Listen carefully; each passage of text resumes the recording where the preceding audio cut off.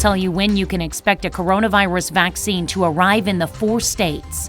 Plus, KCU Joplin sees a spike in med school applications. And police ask for the public's help in locating a Southeast Kansas robbery suspect. The 4 states' most watched news starts now. Good morning and welcome to the KOAM Morning News. It's 5 a.m. I'm Tanya Bach. Coming up this half hour, Lamar heads to the state championship tonight, facing off against St. Pius X, the 10th. And we'll preview the big game, of course. President Donald Trump is reportedly considering a pardon for himself and his family before leaving office. For our Something to Talk About, we want to know whether or not you think the president should be able to preemptively pardon himself. Be sure to participate in our Insta poll at KOAMnewsnow.com/vote. But first, a check on your forecast. A little cloud cover hanging over the eastern port of southwest Missouri, and that's actually where we see temperatures that are above the freezing point. Not the case from the Freeman Health System sky camera, where the clear skies have given us a temperature of 30 degrees and a wind chill of 23. Those cloud covered areas like Stockton, Monette, and Cassville, like I said, able to stay right at the freezing mark, along with Miami and Grove. But then we got a whole bunch of high 20s ranging throughout the central portion and southeast Kansas. All that rain is now moved through the Gulf and Tennessee River valleys, and so we are in store for a whole lot of sunshine today, temps up into the 50s, and really a delightful weekend. The overnight low is not going to be that bad either. We'll go ahead and just roll the sunshine all the way into next week as we stay 50s for daily highs, 30s for overnight lows, and still throwing up some 60s there in the middle of next week. 60s. I'm going to enjoy that. Can't beat that for mid-December. Yeah, no kidding. All right, thanks, Michael. COVID-19 vaccines will soon be coming to Missouri, Kansas, and Oklahoma. The Oklahoma State Department of Health says they expect the first COVID-19 vaccines to arrive in Oklahoma as early as December 13th or 14th. That first shipment will include more than 30,000 Pfizer vaccines. They expect to receive 10,000 Moderna vaccines by the end of the month. Vaccines will be sent to healthcare and long-term care facilities first. I think it's going to be a game changer for us here in Oklahoma and throughout the world. So we're very, again, enthusiastic about it, but we all have to continue what we can do to decrease the spread. Nursing homes in the state will also receive vaccines in the first round. Officials expect vaccines to be available to the general public in the spring. Kansas Governor Laura Kelly expects Kansas to receive its first shipment of a COVID-19 vaccine in a couple of weeks. She said the vaccine will be distributed in 3 phases, and her plan is in line with recommendations from the CDC. Governor Kelly says Kansas is expected to receive 24,000 doses of Pfizer's COVID-19 vaccine in mid-December, roughly another 49,000 from Moderna shortly after. In all, the state expects to have 150,000 doses by the end of December, with more coming in weekly after that. Now, Governor Kelly says more than 200 providers have already signed up to assist in distributing a COVID-19 vaccine once it is available. Governor Kelly adds the vaccine will be free, although providers may charge to administer it. However, no one will be turned away for inability to pay. Missouri Department of Health and Human Services says the state is expecting a shipment of about 50,000 doses of the Pfizer vaccine sometime around December 15th. Healthcare workers will be among the first to get the vaccine in Missouri. City of Joplin says it will follow new CDC guidance for quarantines. The new guidance says people who are not showing symptoms can quarantine for only 7 days after a negative test result. Without a test, quarantine can be shortened to 10 days. Previously, close contacts were asked to quarantine for 14 days from their exposure date. According to the American Association of Colleges of Osteopathic Medicine, applications for med school are on the rise with a more than 18% increase compared to this time last year. That can be seen here in the 4 states at KCU Joplin. According to the university's Phase 1 director, who goes over applications and helped develop the Year 1 curriculum, KCU has seen a more than 30% increase in applications compared to previous years. A lot of those personal statements that we see do cite the COVID pandemic as a motivating factor, kind of solidifying their desire to be practicing doctors. KCU faculty say seeing medical school applications spike in the face of a pandemic makes them proud of their students and even more hopeful for the future. The Cherokee County Sheriff's Office is investigating an armed robbery at the Quick Shop convenience store in Weir, Kansas. Authorities say Wednesday the man seen here stole money from the store while holding a knife and then ran away. Officials are asking anyone with information to contact the Cherokee County Sheriff's Office. Missouri has formed a new cold case unit and they've already solved a murder. After 34 years, authorities have arrested the man they believed killed a wife and mother. Christine Byers reports. Kristen was a mother of a 2-year-old son, a wife, a lover of horses, a co-manager of a farm with her husband, and devoutly religious. Kristen Edwards' husband came home on July 5th, 1986 to find the TV on, a half-eaten meal, and his wife missing from the home where they lived near the intersection of Lawler Branch and Westwoods Drive in Franklin County. The partially nude body of 25-year-old Kristen Edwards was found not far from this gate in 1986 by searchers riding on horseback. Her killer used socks to strangle her to death, according to Franklin County Sheriff Steve Pelton. She has never been forgotten by the Sheriff's Office or the investigators. The newly formed cold case unit worked with Pelton's department and tracked down a witness who said she saw Kenneth Avery rape and kill Kristen in a cabin. Kristen's house, the murder scene, and the place where her body was found are all within about a 4-mile radius. The witness told police she had been, quote, threatened by death after witnessing the crime, according to prosecutors. But when you go back on a cold case, you may have somebody that never talked to anybody before because they were afraid of somebody who's now passed away, and they can tell the story as to what happened. Based on the new information, police took Kenneth Avery into custody this week. He's been charged with second-degree murder. They have not disclosed a motive or whether Kristen knew her killer. Now, Schmidt said Avery was previously considered a suspect in the case, but new evidence led to the charges. A federal judge has dismissed criminal charges against 3 employees of the tourist boat that sank in Missouri's Table Rock Lake near Branson, killing 17 people 2 summers ago. Captain of the duck boat, the general manager of the boat's operator, and the manager on duty that day were charged with neglect and misconduct after the amphibious vehicle sank during a storm in July of 2018. The boat had entered the lake despite severe weather warnings. Now a federal judge has upheld a previous court ruling that the federal government does not have jurisdiction in the case. It's 5:07. We'll call sunrise 7:16 over Joplin this morning for our Friday day planner. Sunny skies taking us up into the high 40s, a couple low 50s there. At the west wind, just 10 to 15 miles per hour, not going to be too blustery.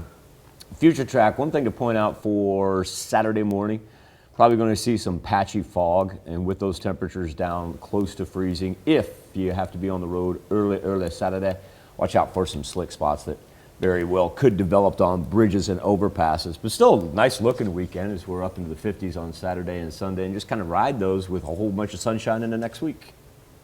That's a look at this morning's top stories and weather in our first 7 minutes. Coming up on the KOAM Morning News, Pitt State and Missouri Southern hit the floor for their first home games of the season. We'll have highlights, plus why the president may be considering a pardon for him and his family. We'll hear from health experts on why the coronavirus case in the U.S. may have came earlier than expected. You're watching the KOAM Morning News. More real news in the morning. We'll be right back.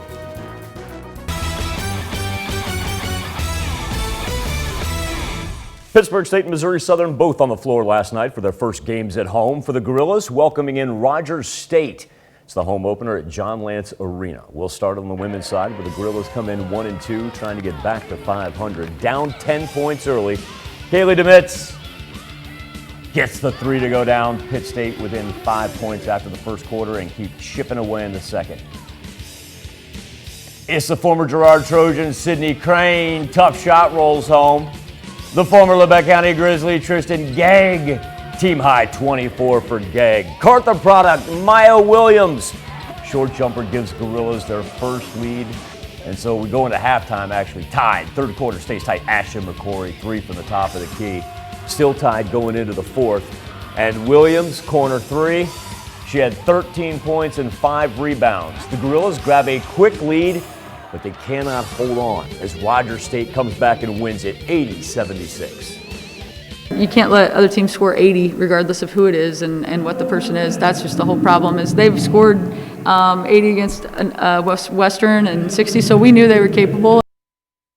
To the men, Pitt State 2-1 through 3 games, aiming to bounce back from the first loss of the season and rolling early.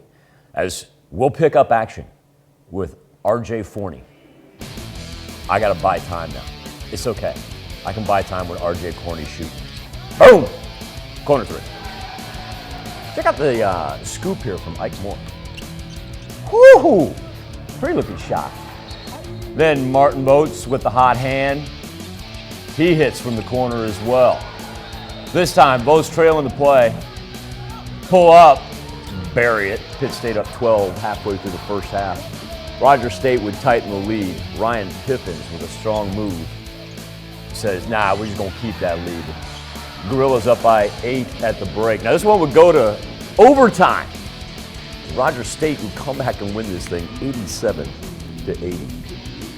As for Missouri Southern at home, facing MIAA rival Northeastern State. Now after an 0-3 start, Southern women picked up their first win last time out. That's when they beat Lincoln on the road. So that means last night trying to make it back-to-back wins for the first time this season. First quarter, Carly Turnbull splits the defense, lays in a tough shot. She had 16 in the first half alone. Lions up 4 points. Second quarter, Turnbull finds Beyonce Stocks on the wing. That's a 3-pointer. Southern on top. So at halftime, we're tied at 35. Late in the third, Stocks through the contact, gets the basket. Southern down 1 early in the fourth. Turnbull hits the 3, game high, 27. Lions get it done, 70-64 the final. We made enough plays down the stretch to get the win, and and to be able to play with all the big teams in our league, the good teams in our league, you got to be able to fight down the stretch, be able to make a play here and there to win ball games, and we did that today. And so I'm very happy that we. I'm very proud of them. Oh, this is an exciting one right here. Missouri Southern men 3-1, ranked 21 in the country. Lions, first possession, Cam Martin to Christian Bundy, cutting baseline for the 2. Then Stan Scott gives to Martin for the finish. Riverhawks forced to call a timeout. A couple minutes later, Martin, watch a Euro step. Woo-hoo! Pretty. He had 13 in the first half, Southern up 6. 8 minutes until the break. Stan Scott, one-handed. Southern's down 7. All right, this is how it ended. Down 1, final seconds. Give it to Martin for the win. Got it. Got it. Referees say, no.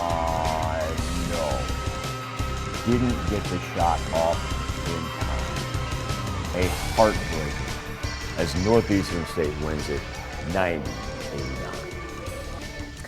Lamar Tigers a little under 14 hours away from playing for a state championship. Going to face St. Pius out of Kansas City tonight for the Class 2 state title. Lamar 11-1 heading in. Pius undefeated, 12-0. Tigers head coach Jared Beshore aiming for his first title as a coach. But it wasn't long ago he was wearing that same Lamar jersey and lifting the state trophy as a Tiger. It wasn't that long ago that I was in their shoes, and so I definitely feel what they're feeling right now going into this game. Stepping onto this field for the last time, practicing with their brothers for the last time. It's a special feeling. It's bittersweet, but I try to just be that advice, that guy, the guidance that they need going into this game and what they need to hear. Safe travels and best of luck to the Tigers as we'll consistently update you throughout our evening newscasts on their progress tonight. Still to come on the KOAM Morning News, why a top intelligence official is warning China poses a major threat to U.S. security, and a check on our 7-day forecast when the KOAM Morning News returns. Touch past 5:17, still a great time for weather on the 7s as we close out our work/school week with a live look from the Freeman Health System sky camera in Joplin. It's a cold one out there. 30 degrees is where we stand, only feeling like 22. I don't know if you're necessarily going to have to scrape the windshield, but probably going to need to warm it up and use a defroster at least before you get on the road, as we have a whole bunch of low 30s and high 20s. Still hanging on to just a little bit of cloud cover out on the eastern part of southwest Missouri. However, no precipitation involved with that, and look how clear it is on the backside. So with everything still continuing to fall off to the east right there, everybody's going to get sunshine throughout the course of our Friday. Here's some additional wind chills, as low as 18 right now in Iola. Feels like 24 in Neosho and 28 in Commerce. For the bus stop forecast, sunrise will be here at 7:16. Sun's actually going to do its job today. It's going to kick in and get us up into the mid-30s by the 9 o'clock hour and eventually high 40s, low 50s for this afternoon. That is the storm system that actually affected us just the other day, now moving from the Gulf all the way to the Tennessee River Valley. This thing's been very consistent as far as its Gulf push from west to east right there, but look out on the backside of it. Oop, absolutely nada. So we're going to have a great looking Friday and really a great looking weekend as well, as Future Track will show us. There's the cloud cover that moves off to the east, and then after that we just lock in for a whole bunch of sunshine here for not only today but all the way through the weekend as well. A little bit, let me pop up the other one here. That was the one I was working on the other day. We'll do this one here. This will make you feel better when we talk about our temperatures for today. There we go.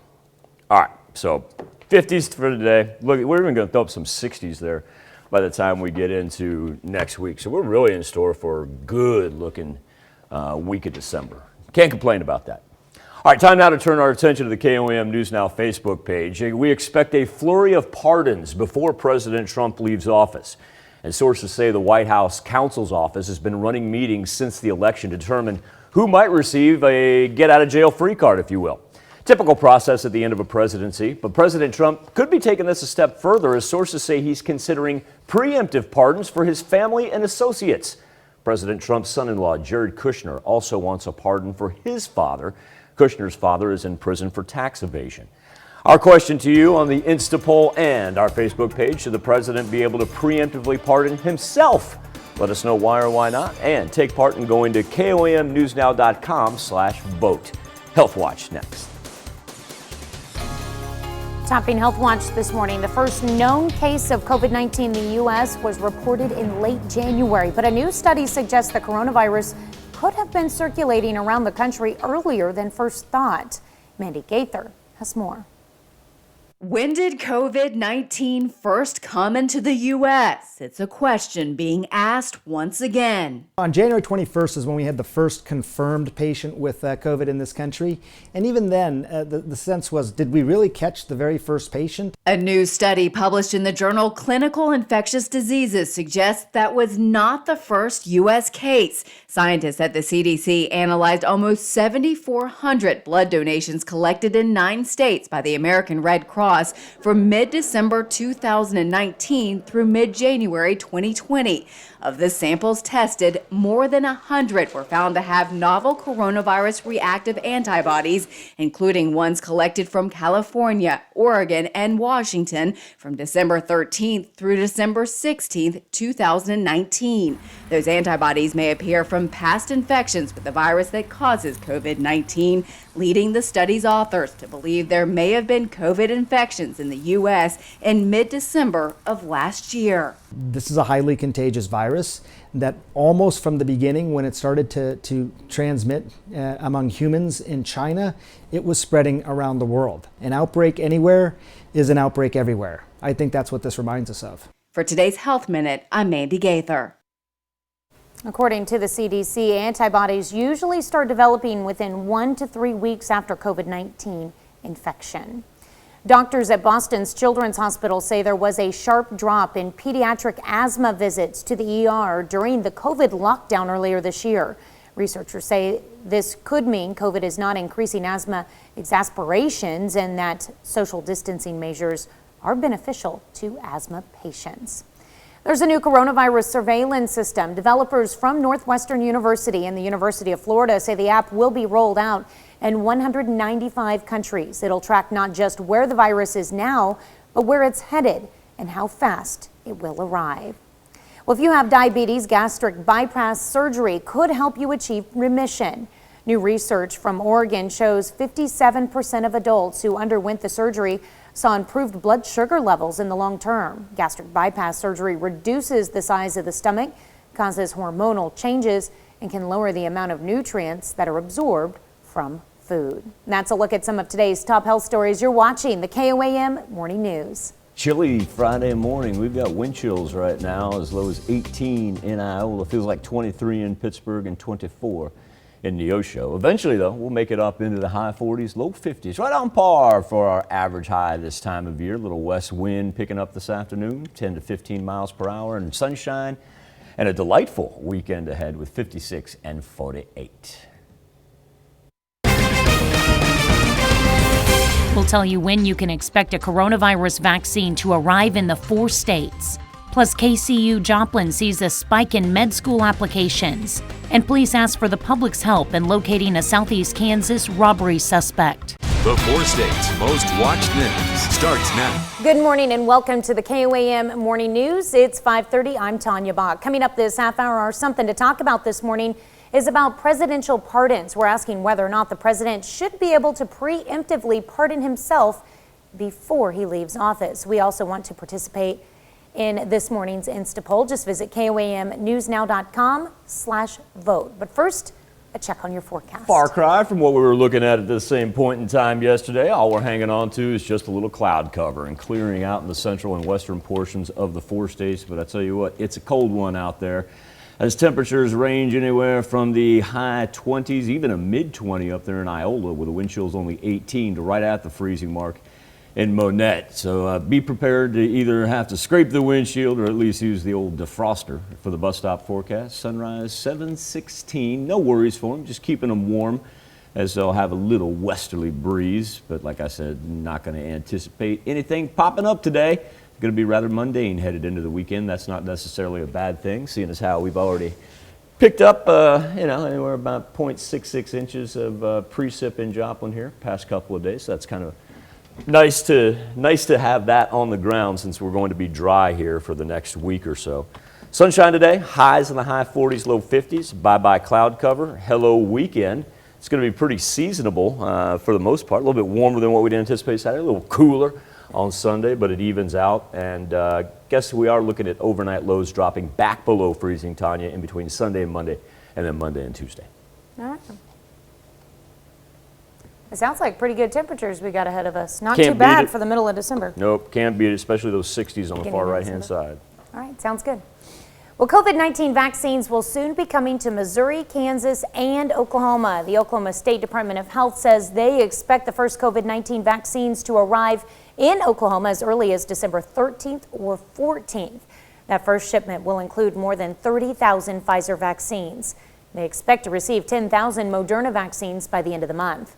Vaccines will be sent to healthcare and long-term care facilities first. Kansas Governor Laura Kelly expects Kansas to receive its first shipment of a COVID-19 vaccine in a couple of weeks. She said the vaccine will be distributed in 3 phases. Her plan is in line with recommendations from the CDC. Kelly says Kansas is expected to receive 24,000 doses of Pfizer's COVID-19 vaccine in mid-December and roughly another 49,000 from Moderna shortly after. In all, the state expects to have 150,000 doses by the end of December, with more coming in weekly after that.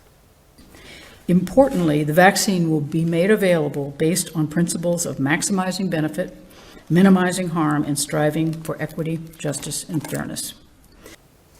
Governor Kelly says more than 200 providers have already signed up to assist in distributing a COVID-19 vaccine once it's available. Governor Kelly adds the vaccine will be free, although providers may charge to administer it. However, no one will be turned away for inability to pay. Missouri Department of Health and Human Services says the state is expecting a shipment of about 50,000 doses of the Pfizer vaccine sometime around December 15th. Healthcare workers will be among the first to get the vaccine in Missouri. Cherokee County Sheriff's Office is investigating an armed robbery at the Quick Shop convenience store in Weir, Kansas. Authorities say Wednesday the man seen here stole money from the store while holding a knife and then ran away. Officials are asking anyone with information to contact the Cherokee County Sheriff's Office. Well, according to the American Association of Colleges of Osteopathic Medicine, applications for medical school are on the rise with more than 18% increase compared to this time last year. That can be seen here in the 4 states at KCU Joplin. According to the university's Phase 1 director, who goes over applications and helps develop the Year 1 curriculum, KCU has seen a more than 30% increase in applications compared to previous years. Well, next we head to Wichita State University, where there's a big investment into a new smart factory. It's also where we find a pair of very unique and smart dogs. Lily Wu has the story. It's man's best friend, and the John Bardo Center is its home. Meet Rivet and Spot, 43 inches long, 70 pounds, with cameras all around. Dance. They live here with Ping and Pong, Tick and Talk, and Razzle and Dazzle. Inside this multi-robotic work cell, Spot steals the show. Sit. Michael Schlotterbeck is one of the dog handlers. He's a senior manager with Deloitte Consulting. He helps Spot navigate on campus. But Spot's use is beyond turning heads in that black and yellow. Spot will soon be working in a manufacturing environment. Underneath it is actually a pretty sophisticated set of machinery that you can use for many different use cases in industry, such as inspecting construction sites. You could send it around in a factory at night to check for inventory locations. There's just a myriad of opportunities, and we're just at the cutting edge of figuring out everything that is possible to use with technology that you see around me. Deloitte is building the smart factory on WSU's Innovation Campus. The 60,000 square foot building will feature a new state-of-the-art production line. It will look at the interaction between humans and robots. It's an effort to reimagine the future of manufacturing. The idea is trying to figure out how to make producers and manufacturers more productive, to increase throughput, increase their efficiency through the use of different types of automation. And part of what we're doing here is also exploring the human and robotic interactions of how we can work together in the future. This Chakra alumnus hopes this robotic dog shows people how easy it is to interact with this type of technology. Well, these smart dogs are not for sale right now. The smart factory is expected to open in the spring of 2021. A tradition for a lot of families in the Webb City area, the Polar Express Christmas light display is now up and running at King Jack Park. The Polar Express is a drive-through experience that features lights of different shapes and sizes. King Jack Park is by the Praying Hands in Webb City. The light display will be going on through January 1st. Check that out. That's a look at our top news stories. Coming up this half hour in the KOAM Morning News, our own Jesse Irwin gets a preview of this month's Connect to Culture events in Joplin. Plus, crews in Turkey work to rescue a cat buried alive in concrete. We'll have that video coming up. But first, it's 5:37. Going to have temperatures that make it up into the high 40s, low 50s later on today. It's going to be a beautiful Friday, albeit a very cold start as our wind chills right now. Still hovering in the low 20s, headed into a delightful weekend. And look at that, even 60s by the middle of next week. We'll be back with World Watch right after this. Topping World Watch, there are new warnings from the administration about the threat from China. The country's top intelligence official says that threat is a defining issue of our time. Jennifer Griffin looks at the evidence from the Pentagon. America's outgoing intelligence chief, John Ratcliffe, in a new op-ed warns that China is the greatest national security threat faced by the United States since World War II.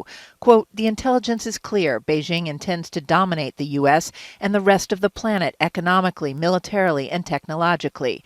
Ratcliffe spoke to FoxNews.com. China is the only country capable of challenging American supremacy across the board. Supply chain issues, foreign investment, cyber issues, 5G. China is the only country that threatens American supremacy.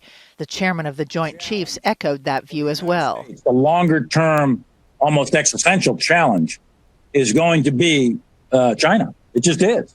We have to come to grips with that. I'm not saying you're going to have a war with China. I'm saying we want to prevent a war with China. Even NATO is shifting its focus beyond Russia. China does not share our values. It undermines human rights. It bullies other countries. The Chinese Communist Party continues its crackdown on Hong Kong's pro-democracy activists, jailing 24-year-old Joshua Wong, Agnes Chow, and 26-year-old Ivan Lam, who have endured solitary confinement and were sentenced to prison this week for organizing peaceful protests. China's defense budget is now the second largest in the world, its navy the largest. The Chinese, ma'am, have 25 shipyards to our one. The U.S. Navy is, however, more lethal with more precision weapons. The U.S. has 11 aircraft carriers compared to China's 2, which are Soviet relics. The State Department announced it is reducing visitor visas for Chinese Communist Party members and their family members from 10 years to 1 month due to their, quote, nefarious activities. More than 1,000 visiting Chinese researchers fled the U.S. since the summer. The Justice Department says they burrowed into U.S. research labs on university campuses and stole cutting-edge technology while hiding their connections to the Chinese military. The UN General Assembly gathered to discuss a path for ending the coronavirus pandemic across the globe. Among the top discussed included ways were to properly ensure that people across the globe have fair and equal access to the coronavirus vaccine. UN General Assembly President Volkan Bozkır says the next few months will be regarded as a challenge, while describing it as a period to, quote, end the suffering of the people we serve. A radio telescope in Puerto Rico collapsed on Tuesday. Wow, that video. The telescope had already had damage to it after an auxiliary cable snapped in August, causing a huge gash on the instrument.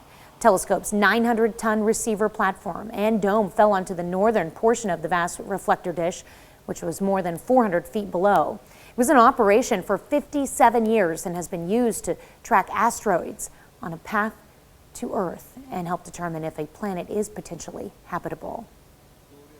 Crazy video. Speaking of crazy video, firefighters in Turkey rescue a cat that was trapped under rubble for 2 days. The dramatic rescue was caught on camera Wednesday in Turkey's western province of Izmir. Workers rushed to the scene after neighbors heard the cat making noise in a pipe situated under a slab of concrete. Firefighters used thermal cameras to pinpoint the cat's location before rescuing the animal to safety. The cat, named Umut, which translates to hope in Turkish, appeared to be in good condition following the rescue. I bet he was hungry. That's a look at some of your biggest headlines from around the world. Let's toss it over to Michael for our Something to Talk About. Thank you, Tanya. This morning on the KOAM News Now Facebook page and our morning Insta poll, we can expect a flurry of pardons before President Trump leaves office. As sources say, the White House counsel's office has been running meetings since the election to determine who might receive one of those pardons. Typical process at the end of a presidency. President Trump, though, could take this a step further, as sources say he's considering preemptive pardons for his family and associates. Our question to you is, should the president be able to preemptively pardon himself? We'll begin our comments off with Dave Pitts Sr., who goes with the good old, "Are you kidding me?" Rick Younger says in President Trump's case, yes, he should be able to. And Belinda Edwards goes with the big no. Becky Mingarelli says, sounds a bit shady to me. Looks like someone is getting scared. If he didn't do anything wrong, shouldn't need a pardon. And Vicky Madrid kind of echoes those same sentiments. Why pardon yourself if you've done nothing wrong? Rebecca Holroyd gets she gets a laugh out of it. Michelle Pacini, good morning, everyone. It's like, good morning, Michelle. She says, oh, bleep no. Every politician lies enough as it is and gets away with it. It just makes it more easy. How about starting holding them accountable? But at the end of the day, we the people believe the lies and vote them in. So who is really to blame? She says it's ridiculous. Guy Hansen says he can't. In the first place, as a standing member of the It Ain't Over Club, several pending court cases and evidence you will never hear about in mainstream media are still pending. As far-fetched as it may seem to most, the election can still be overturned. Guy says he's mad Trump can't pardon himself, then the scholars, the fake news pundits, and finally, the courts will decide. As far as our Insta poll goes this morning right now, 79% of you say no, should not be able to preemptively pardon. And you can log on and vote. Go to KOAMnewsnow.com/vote. Come back with the news you need to know before you head out the door right after this.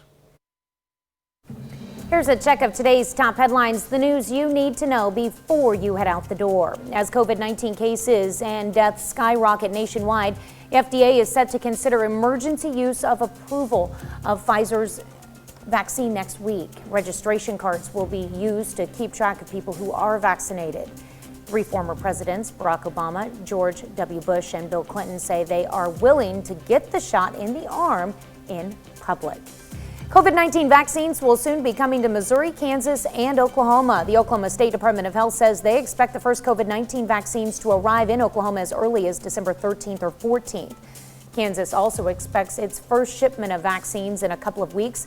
It will be distributed in 3 phases. And the Missouri Department of Health and Human Services says the state is expecting a shipment of about 50,000 doses of the Pfizer vaccine sometime around December 15th.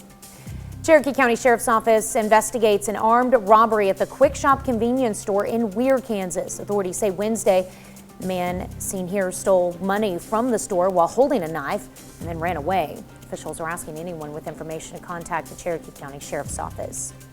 4 children are back home after being rescued from a wooded area in Sequoyah County, Oklahoma. The kids ages 5, 6, 7, and 9 were reported missing Tuesday afternoon when they walked away from their grandmother's house. They were found early yesterday morning near Ten Killer Dam. Helicopter crew searching for the children noticed their small flashlight through the trees. Kids say they left to go to their aunt's house, but they got lost. That's a check of today's top headlines, the news you need to know before you head out the door.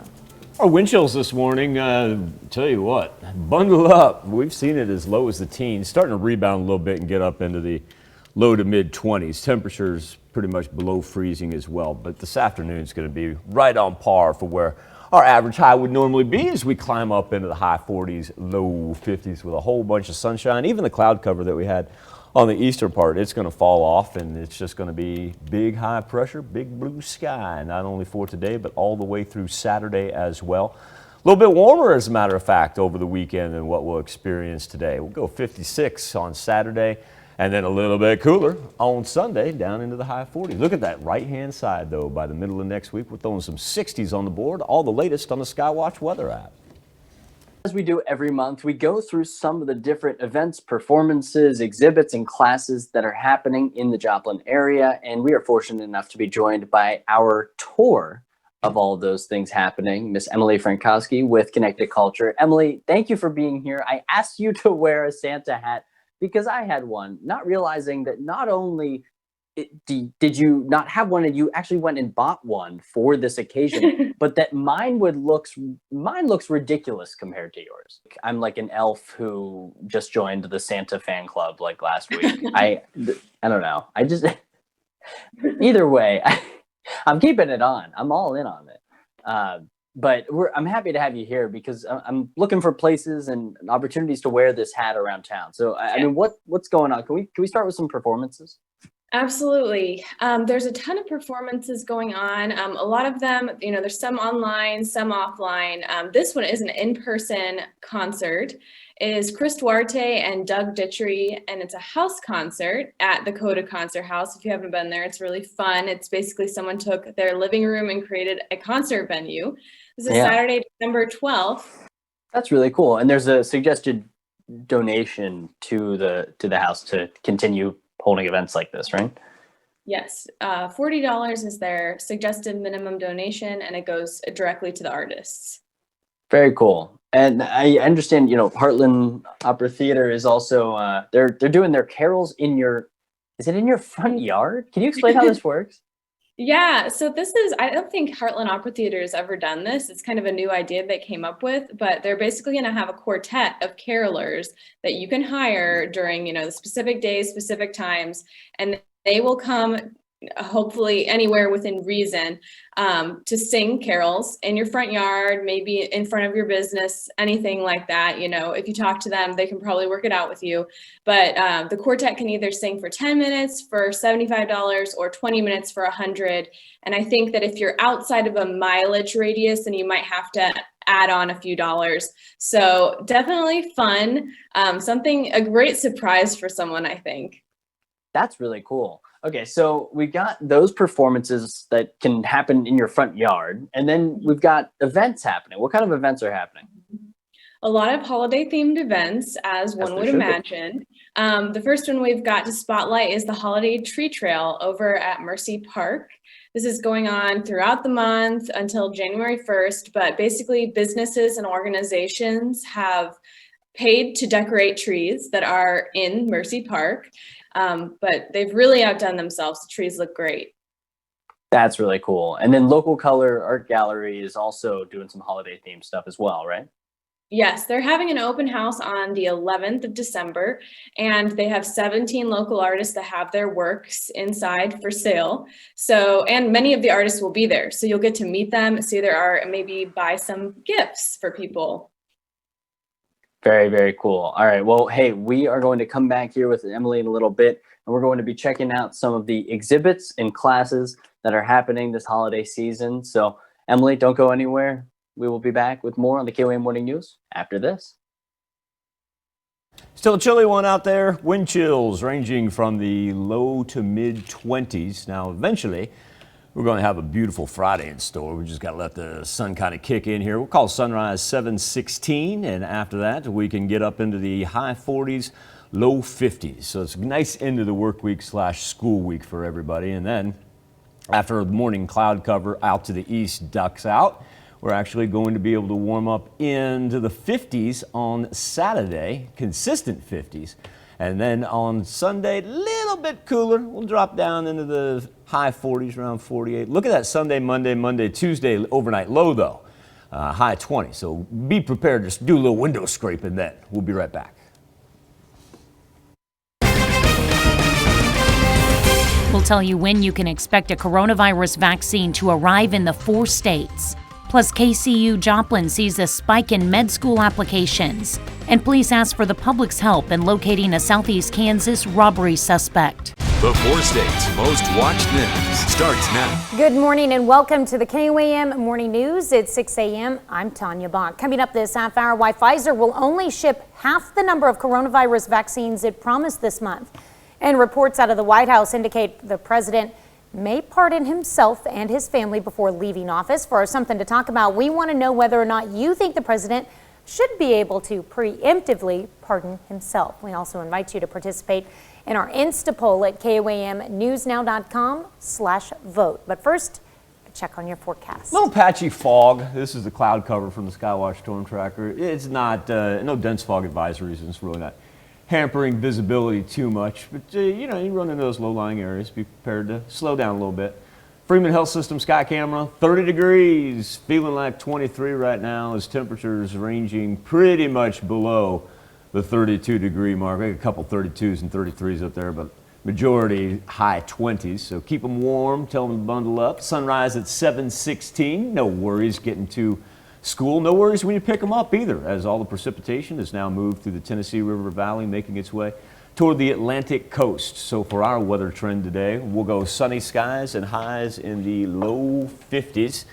Some places up to the north going to be stuck in the high 40s, but that's not too bad. And then as we get into Saturday, we'll actually be consistently in the 50s for not only Saturday, but also high 40s, low 50s then on Sunday. Look at that future track, just clean as can be. We love that. Now, overnight lows are going to dip back below freezing for Sunday into Monday and Monday into Tuesday. But our daily highs managed to make it up into the high 50s, if not 60s there by the middle of next week.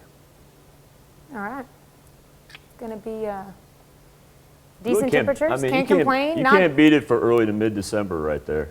And we expect it to be cold at night. It's supposed to be right. This time of year. Yeah, and the only reason I pointed out is in case you got to do a little extra window scraping, walk out and you go, oh yeah, I forgot about that. Hey, it's better, 28's better than 10. Than 10, yes. Yeah, much better. All right, thanks, Michael. COVID-19 vaccines will soon be coming to Missouri, Kansas, and Oklahoma. All 3 states expect the first shipments of vaccines around mid-month. KOAM's Zach Dodge begins our coverage with a look at distribution plans in Oklahoma. The first doses of the Pfizer vaccine will arrive soon in Oklahoma. Big news in Oklahoma as state health officials provide a more clear timeline for when COVID-19 vaccines will be available in the state. So I think it's going to be a game changer for us here in Oklahoma and throughout the world. Officials say Pfizer is expected to receive emergency use authorization from the FDA on December 11th. After that, 33,000 Pfizer vaccines will be sent to the state. 10,000 Moderna vaccines will also be sent by the end of the month, with weekly or bi-weekly shipments planned after that. But at first, vaccines will not be available to the general public. those initial doses go to our phase 1 people, which are the most risk population that will be on the front lines, and included in that are groups such as healthcare workers, long-term care staff, and residents, and public health staff that will be out there giving the vaccines. It's a little light at the end of the tunnel, so to speak. Larry Kane, CEO of Phoenix Healthcare, which manages Grove Nursing Center, is relieved to see a vaccine is on the horizon. In April and May, the nursing center had an outbreak that led to 78 positives and 16 deaths. The families and the staff within the nursing home, it should make them feel a lot better. It shows them that there's something being done as opposed to, no hope. State health officials say vaccines for nursing homes will be distributed through a federal program in partnership with pharmacies, a few weeks after the state receives their initial shipments. After the first phase of distribution is completed, it will move to phase 2, which includes first responders, and then finally to the general public sometime in the spring of 2021. We will ensure all Oklahomans, particularly rural communities, are able to access the vaccine as it becomes available. Zach Dodge, KOAM News. State health officials say vaccines will be free, and we'll have more details from the press conference on our website at KOAMnewsnow.com. Well, Kansas Governor Laura Kelly expects Kansas to receive its first shipment of a COVID-19 vaccine in a couple of weeks. She said the vaccine will be distributed in 3 phases, and her plan is in line with recommendations from the CDC. Governor Kelly says Kansas is expected to receive 24,000 doses of Pfizer's COVID-19 vaccine in mid-December, and roughly another 49,000 from Moderna shortly after. In all, the state expects to have 150,000 doses by the end of December, with more coming in weekly after that. Governor Kelly says more than 200 providers have already signed up to assist in distributing a COVID-19 vaccine once it is available. Kelly adds the vaccine will be free, although providers may charge to administer it. However, no one will be turned away for inability to pay. Missouri Department of Health and Human Services says the state is expecting a shipment of about 50,000 doses of the Pfizer vaccine sometime around December 15th. Healthcare workers will be among the first to get the vaccine in Missouri. Newton County Commission yesterday discussed how to distribute $5 million in remaining CARES Act funding. They expect to start giving funds to qualified applicants next week.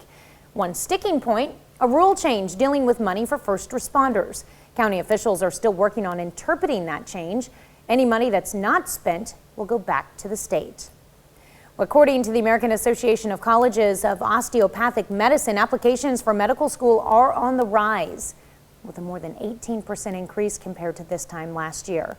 That can be seen here in the 4 states at KCU Joplin. According to the university's Phase 1 director, who goes over applications and helps develop the Year 1 curriculum, KCU has seen a more than 30% increase in applications compared to previous years. And the Cherokee County Sheriff's Office is investigating an armed robbery at the Quick Shop convenience store in Weir, Kansas. Authorities say Wednesday. A man seen in surveillance video, seen here, stole money from the store while holding a knife and then ran away. Officials are asking anyone with information to contact the Cherokee County Sheriff. Well, St. Louis police officer was injured while responding to a call just after midnight this morning. It happened just north of downtown St. Louis.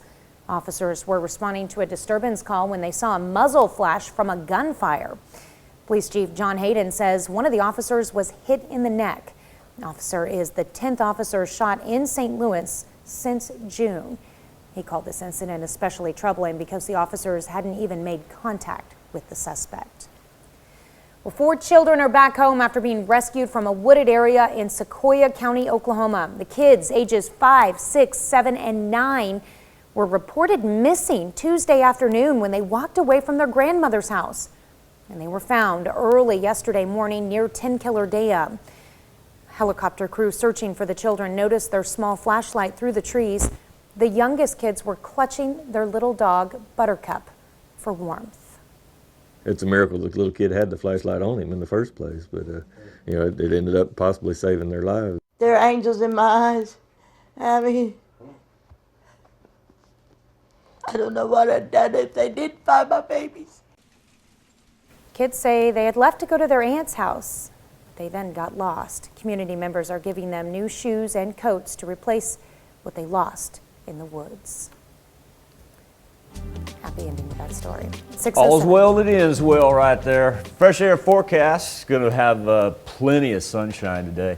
It's interesting to note, even though we've cleared out and it's going to be a gorgeous Friday and nice looking Saturday, we do see temperatures that are a good 8 to 11 degrees colder this morning than what we had on Thursday morning. It's because we lost all that cloud cover, but delightful headed into the weekend. It's going to be sunny in the 50s on Friday and Saturday, a little bit cooler on Sunday, but then look at that incremental warm up we have on the end of the 7-day forecast all the way to the 60s by the middle of next week. Ooh. Gonna enjoy that warm-up, that's for sure. Well, that's a look at this morning's top stories and weather in our first 7 minutes. Coming up on the KOAM Morning News, we'll check back in with Jesse Irwin as he gets a preview with Connect to Culture events for the month of December, plus the latest on the pandemic. The surge of post-Thanksgiving travel coronavirus cases that experts warned us about is here. I'm Deborah Alfrone in Washington with the grim numbers and the latest on potential restrictions and vaccine distribution. And how you can put your knowledge of Christmas music to use in downtown Pittsburgh. You're watching the KOAM Morning News. More real news in the morning. We'll be right back. In Money Watch this morning, shares of Pfizer fell nearly 2% a day after its coronavirus vaccine was approved for emergency use in the UK.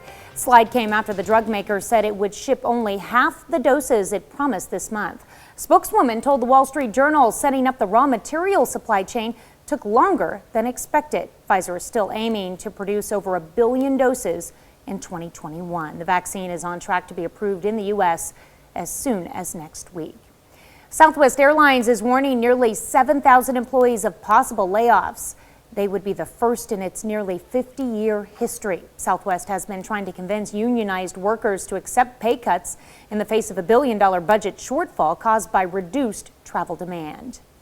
Boeing received some good news on Thursday. The discount Irish carrier Ryanair said it's adding 75 737 MAX jets to its fleet. The order followed the aircraft's return to the sky with passengers on Wednesday. 737 MAX had been grounded since March of 2019 after a pair of deadly overseas crashes. Well, downtown Pittsburgh is mixing trivia with its holiday decorations this year. Some downtown businesses decorated their windows in the theme of a classic Christmas song. It's all part of an event hosted by the city called Guess That Song. It's as simple as it sounds. Check out the decorations on a business and guess what Christmas songs inspired it. The businesses will have QR codes on their windows to download the guessing form. So it really wasn't that hard to get a lot of businesses involved. They were really excited, and I mean, I have a business and coming up with my window displays can be rather daunting, so it was kind of nice to have an idea given to me and go off from there.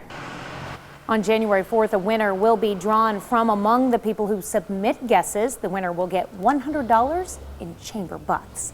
That's it for Money Watch. Here's Michael with our Something to Talk About. On the KOAM News Now Facebook page and our morning Insta poll, we can expect a flurry of pardons before President Trump leaves office. Specifically, our question for you is, should the president be able to preemptively pardon himself? And we'll kick our comments off with Jason Skates, who comes in and calls it fake news. Kelly Pullen says it's a clickbait story. This is not actually happening. More bleep from left-wing media and never Trumpers. Jane Benson says, what an honest, outstanding patriot, liar in chief. And Spencer Gwynn says, someone mentioning pardoning themselves is an admission of guilt. If he didn't do anything wrong, he wouldn't have anything to worry about. But him and the rest of the grifters around him don't think accountability applies to them. Tony Hodge Sr. says, someone please tell me what he's done wrong. But technically, yes, I think he could. If Biden does get in there, I'm sure he'd do the same.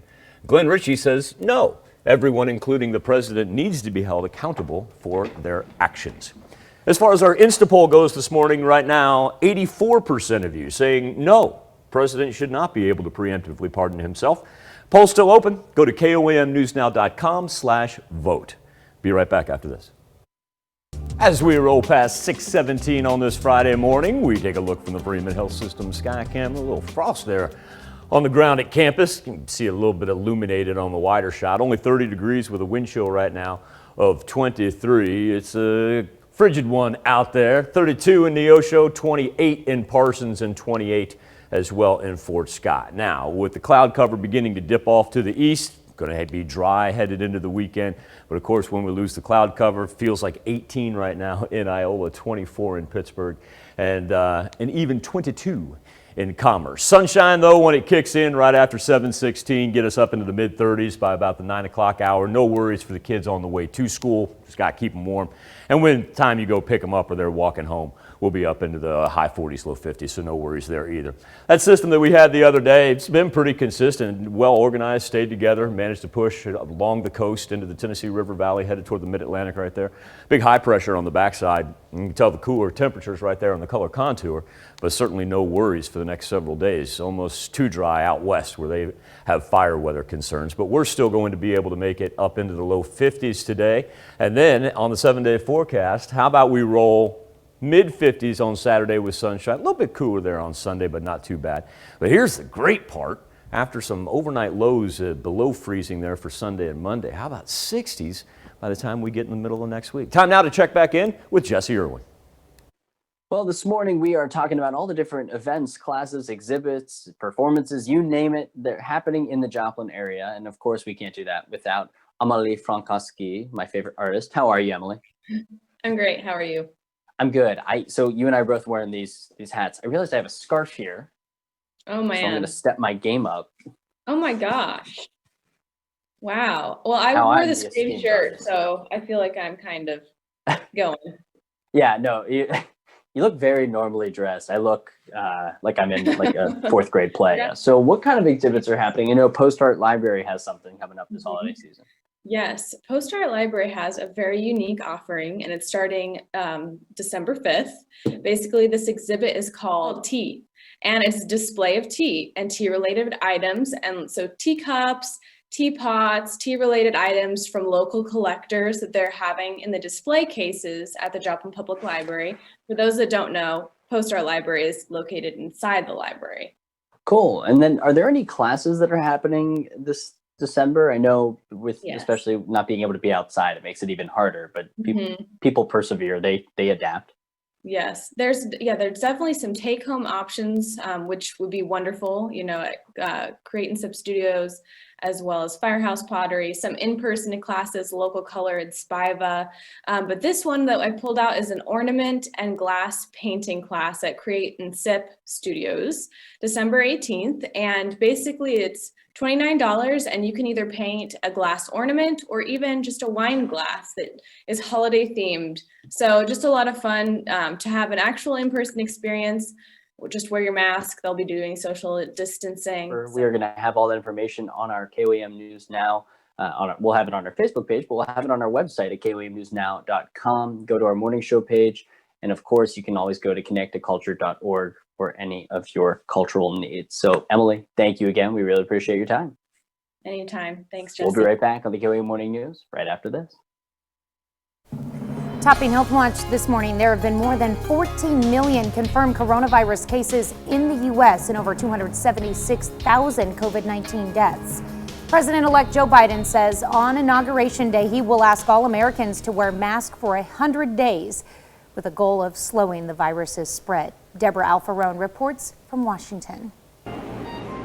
The post-Thanksgiving surge predicted by public health experts has arrived, with the coronavirus now spreading out of control in much of the U.S. More than 217,000 positive coronavirus tests were reported Thursday, shattering the previous single-day total set just a day earlier. We don't want to scare people, but if you look at the numbers, we know that will almost certainly is going to result in a surge superimposed upon a surge. Hospitals across the country say they're running out of beds. It is part of the tsunami that we've been expecting and preparing for, knowing that the dark winter, as you've heard that phrase, is coming. California Governor Gavin Newsom introduced regional stay-at-home orders. He believes statewide restrictions will be needed within days. We are pursuant to the blueprint we put out some 14 or so weeks ago, pulling that emergency brake. Newsom said stay-at-home orders will be posted in areas where intensive care units are nearly full. We need to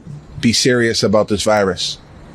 We need to take it very seriously. The pandemic is growing worse, just as the first vaccines are on the horizon. This is the weapon that is going to win the war. States are now drafting plans to distribute those vaccines, but experts say they'll arrive too late to stop the outbreak already underway. Deborah Alfarone, CBS News, Washington. President-elect Joe Biden says he has asked infectious disease expert Dr. Anthony Fauci to serve as one of his administration's chief medical advisors.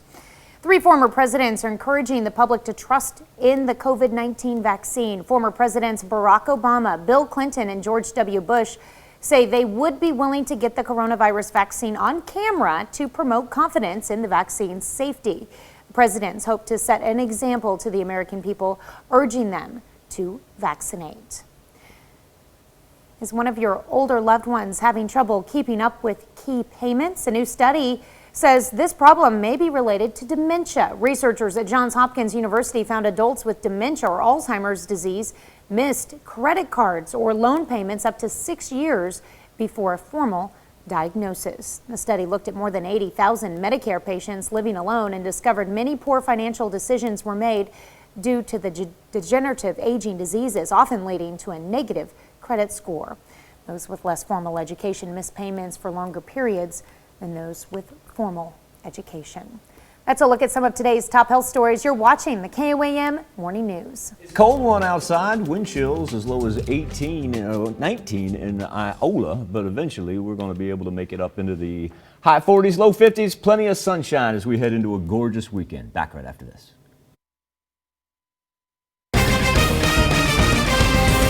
We'll tell you when you can expect a coronavirus vaccine to arrive in the 4 states. Plus, KCU Joplin sees a spike in med school applications. And police ask for the public's help in locating a Southeast Kansas robbery suspect. The 4 states' most watched news starts now. Good morning and welcome to the KOAM Morning News. It's 6:30. I'm Tanya Bach. Coming up this half hour, the latest on the president's legal challenges to overturn the results of the election.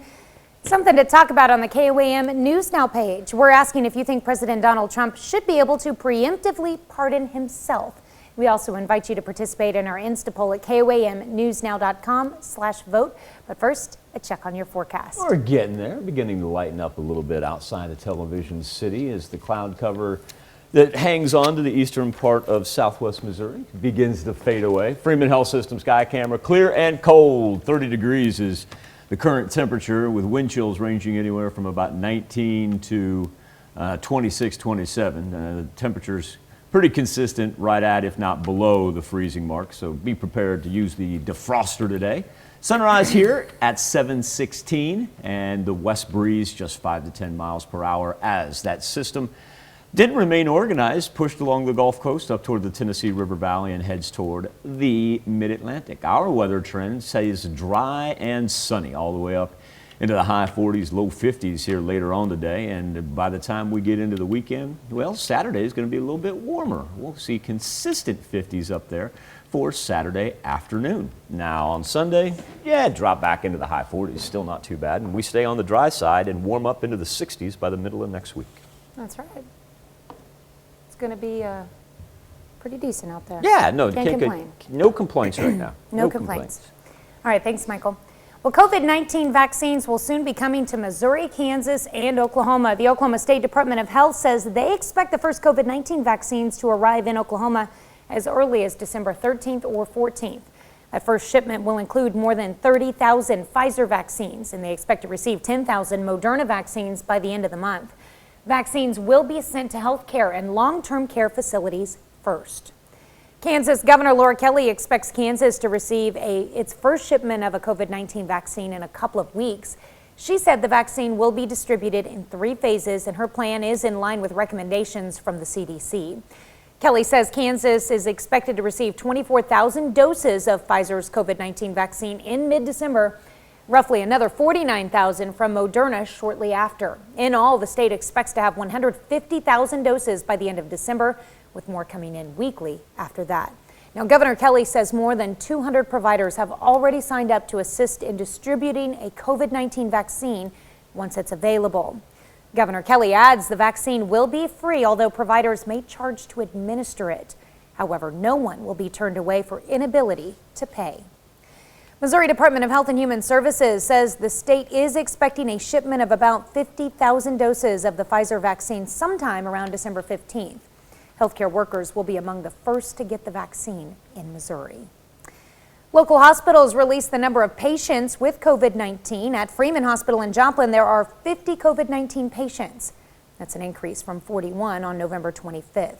Mercy Hospital has 36 cases, and that's a slight decrease from 40 on the 25th. And Via Christi reports 18 cases. They say they've been fluctuating between 18 and 20 cases for a while now. Med school applications are on the rise, and the American Association of Colleges of Osteopathic Medicine says the current pandemic is a big reason why.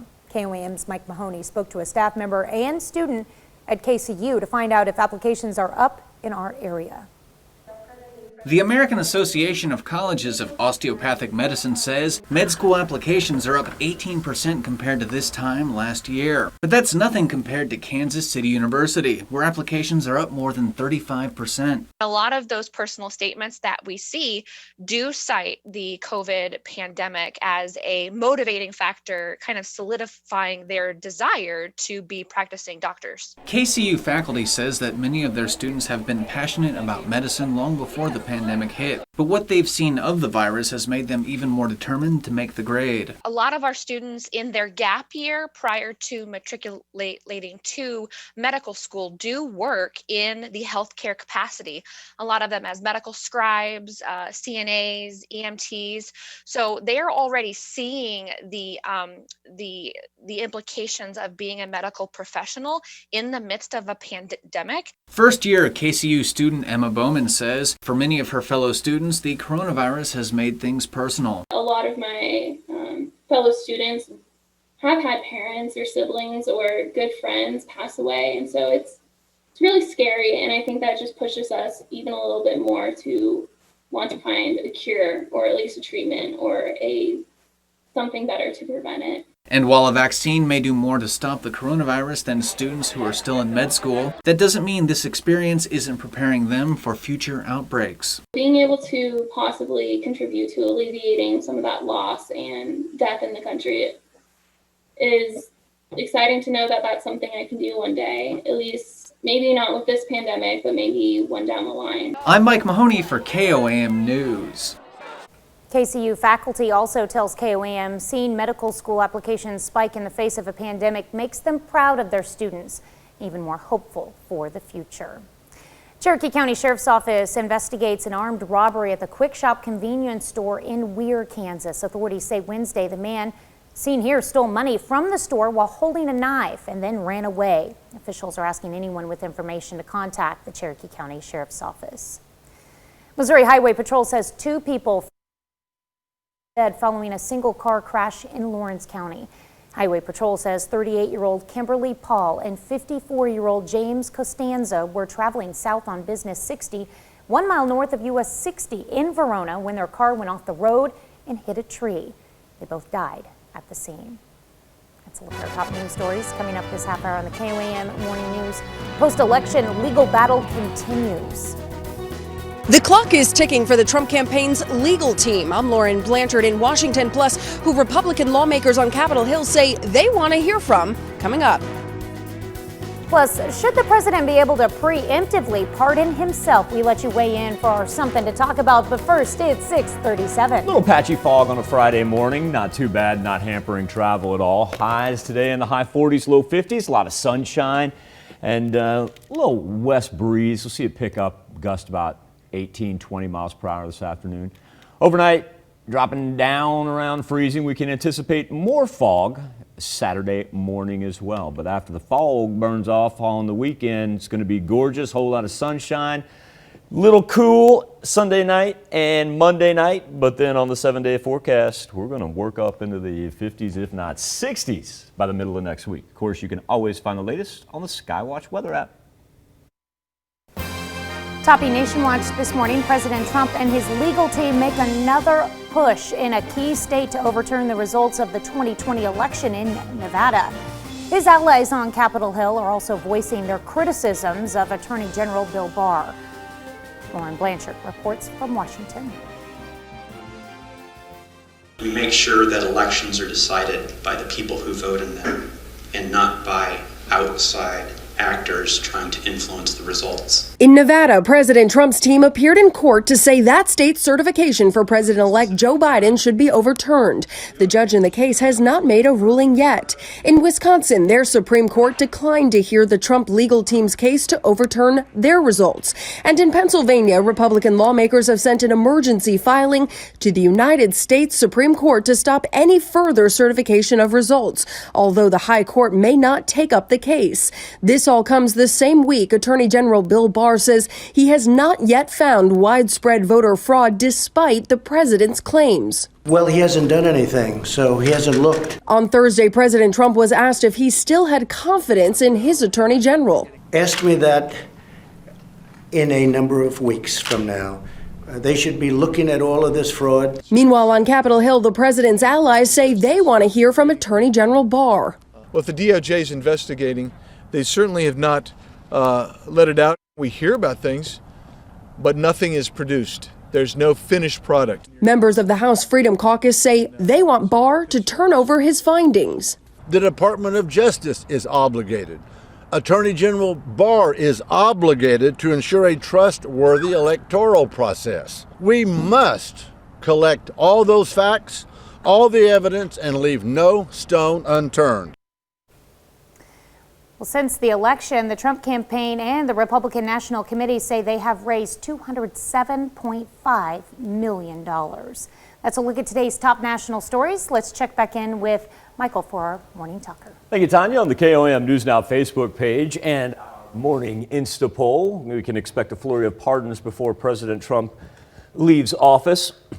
Our specific question to you is, should the president be able to preemptively pardon himself? We'll start with Sue Sear. Sue says no. Face up to all he's done. He's not been a president since November 3rd. He's too busy thinking of himself and not the thousands of people that died this week. He has no morals. Terry Bauer Scott says, y'all too easy. Hook, line, and sinker. Ann Rogers says, words fail me. Good morning, Ann. And Ken Anders, he says fake news. Joshua Beck says he's not leaving until January 2024. And Merle Bass says, mainstream media mouthpiece propaganda at it again. Anyone who's seen and heard the evidence and says there was no massive voter fraud does not think for themselves. Lori Ferguson says he hasn't done anything to be pardoned from, nor has his family. And Janelle Hale, by using the logic that a president can pardon himself, then this means that he could stand in the middle of Fifth Avenue in NYC, shoot and kill somebody, pardon himself, and actually get away with murder. So Janelle says, I don't think so. On the Insta poll this morning, right now, 82% of you saying no, president should not be able to preemptively pardon himself. You can log on to KOAMnewsnow.com/vote. Let us know what you think. We come back, celebrate birthdays and anniversaries right after this.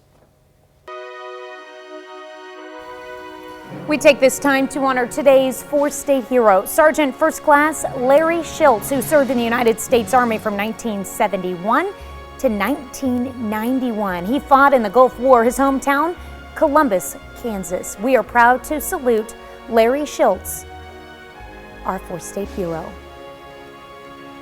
The big man celebrating his third birthday. How you doing, Taven? Look at a smile on that kid. I can't believe he's already 3 years old. Have a great day, my man. He's in Pittsburgh. All right, and let's see, we've got Creighton Dooley turning 3 years old in Carl Junction.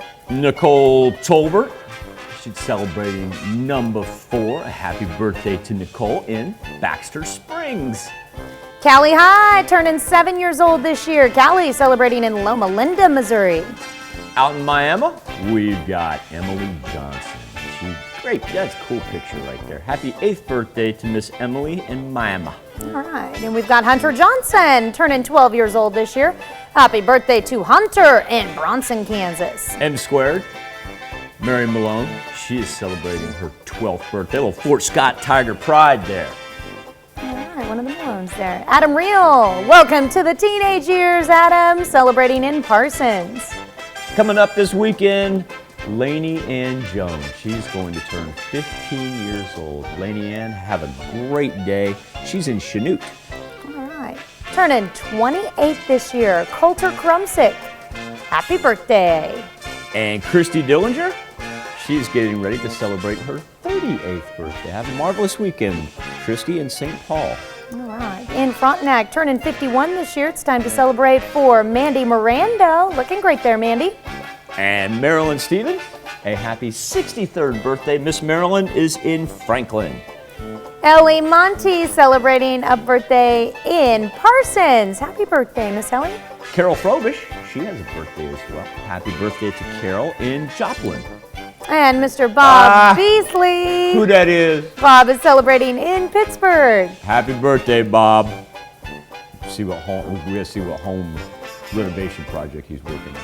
I guarantee he's working on something.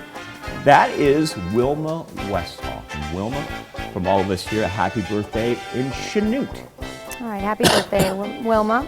And a happy birthday going out to Mindy Eddington in Columbus. Gary Drennan turning another year wiser in Crestline, and birthday wishes for Donna Volk in Carterville. Tom Godel, he's celebrating a birthday in Columbus. Happy birthday to Tom.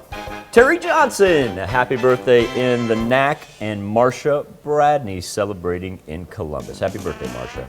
All right, got a couple of birthdays in Miami, Oklahoma. Betty Willis, happy birthday to you, and a belated birthday wish going out to Megan Russian, who's now 24 years old. Everybody at the PCM Pittsburgh Community Middle School, you say hello and happy birthday to Catherine Bandy. You're going to find her in the library. Practice social distancing. Stop in the library. Tell Catherine happy birthday. She's in Weird. Jean Reed, a happy birthday to Jean in the NAC. And Tyler and Brooke Powell celebrating a decade, their 10th anniversary. Congratulations to Tyler and Brooke in Pittsburgh. Happy birthday, happy anniversary to all. Now, here's Tanya Bach with a very important birthday announcement. All right, that's right. You can be a part of the KOAM Birthday Club by going to our website and signing up. And once you do, you'll get special deals from local businesses. Just go to KOAMnewsnow.com and sign up for the KOAM Birthday Club today. A little bit of that patchy fog we were talking about earlier this morning starting to originate from our sky camera outside of Television City. It's not dense. We haven't had advisories. We can tell right there. So yeah, just slow down a little bit. Like I said, it shouldn't really hamper travel. Our visibility numbers haven't been decreasing by any means. From the Freeman Health System sky camera, a little frost on the ground. Take that, brand new picture. 30 degrees is where we stand. It's a chilly one, only wind chill right now of 23. 29 in Pittsburgh, 31 in Neosho, 29 in Chanute. Cloud coverage is hanging on to the eastern part of southwest Missouri. Hasn't really budged. No precipitation involved with it. But where we do have that cloud cover, you'll notice our wind chill's just a little bit better than our places to the west that have been clear all morning long. As a matter of fact, we've got the teens right now in Iola and Yates Center. For the bus stop forecast, official sunrise over Joplin at 7:16, and really no weather concerns, even the wind not really going to pick up until later on. This is that organized system. There hasn't been a whole lot of movement in the jet stream. Still got that deep trough that digs all the way across the Texas-Mexico border. But this thing stayed pretty organized, didn't really break up, was able to just run along the coast right there, make its way up to the Tennessee River Valley, and it'll head toward the mid-Atlantic. High pressure on the backside of it means clear, quiet weather for us in the 4 states headed into the weekend. Highs today in the high 40s, low 50s. We'll see the wind pick up from the west a little bit this afternoon, gust about 20 miles per hour. And overnight, the clear skies take us back down below the freezing point. And let's get ready for a little patchy Saturday morning fog as well. Now, on the 7-day forecast, this is hard to beat here as far as being early to mid-December, as we have seasonable temperatures, whole lot of sunshine, and look at this, even throwing up some 60s by the middle of next week. We'll be back, wrap up this edition of the KOAM Morning News right after this. Here's a check of today's top headlines, the news you need to know before you head out the door. As COVID-19 cases and deaths skyrocket nationwide, the FDA is set to consider emergency use approval of Pfizer's vaccine next week. Registration cards will be used to keep track of people who are vaccinated. 3 former presidents, Barack Obama, George W. Bush, and Bill Clinton, say they are willing to get the shot in the arm in public. COVID-19 vaccines will soon be coming to Missouri, Kansas, and Oklahoma. The Oklahoma State Department of Health says they expect the first COVID-19 vaccines to arrive in Oklahoma as early as December 13th or 14th. Kansas also expects its first shipment of vaccines in a couple of weeks. and will be distributed in 3 phases. And the Missouri Department of Health and Human Services says the state is expecting a shipment of about 50,000 doses of the Pfizer vaccine sometime around December 15th.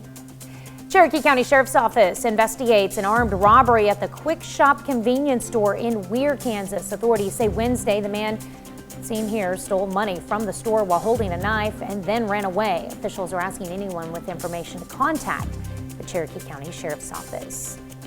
4 children are back home after being rescued from a wooded area in Sequoyah County, Oklahoma. The kids ages 5, 6, 7, and 9 were reported missing Tuesday afternoon when they walked away from their grandmother's house. They were found early yesterday morning near Ten Killer Dam. Helicopter crew searching for the children noticed their small flashlight through the trees. Kids say they left to go to their aunt's house, then they got lost. That's a check of today's top headlines, the news you need to know before you head out the door. Get the sunshine to kick in here. We begin our warm up all the way up into the mid 40s there by the noon hour. Top out, high 40s, low 50s, staying on the dry side, headed into what's going to be pretty good looking weekend. Sunny skies. We will see temperatures drop below freezing here, right at or not below next couple of nights. So just be apprised of that and look for some patchy fog on Saturday, but the nice little warm up on the 7-day into next week. The KOAM Toy Box campaign is underway. We need your help to make it a Merry Christmas for all 4 state children. We're asking our viewers to donate new unwrapped toys or donate money that will be used to buy toys. Those toys go to distribution centers around the 4 states, and families then have a chance to shop for children on their list. We all make sure every 4-state child has a present on Christmas morning. If you'd like to help, there's a couple of options for you. You can drop off your new unwrapped toys at our stations in Joplin at 7th and Rangeline, or at our main studios south of Pittsburgh on Highway 69. Or you can make a donation with a credit card during our Toy Box Tuesday telethons during our noon, 5, and 6 o'clock newscast. Or you can donate online at KOAMnewsnow.com or on our KOAM News app anytime. Thank you all who have donated, and if you plan to, consider this a thank you in advance for making those Christmas mornings just so enjoyable for our 4-state kids. What you got coming up today at noon? Well, coming up today at noon, we're making secret ingredient stuffed mushrooms in the Mr. Food Test Kitchen. I'm on board. I am Morning too. news I love mushrooms. Say what? I love mushrooms. I do too, yeah. Your morning news continues on KOAM. We have the CBS Morning News coming up next. Or you can switch on over with us on Fox 14, where your only local morning news this continues. And this morning, Jesse connects with Connect to Culture. That's right. We're going to catch up with our good friend Emily there. She's going to give us a lowdown on what we've got coming up for the month of December. We'll also, too, continue to roll your Facebook comments and update our morning Insta poll question. You can take part in it by going to KOAMnewsnow.com/vote. That wraps it up for this Friday edition. I want you to have a great, safe day and a wonderful weekend. We'll do this all again on Monday morning. And we're going to do it again today at noon.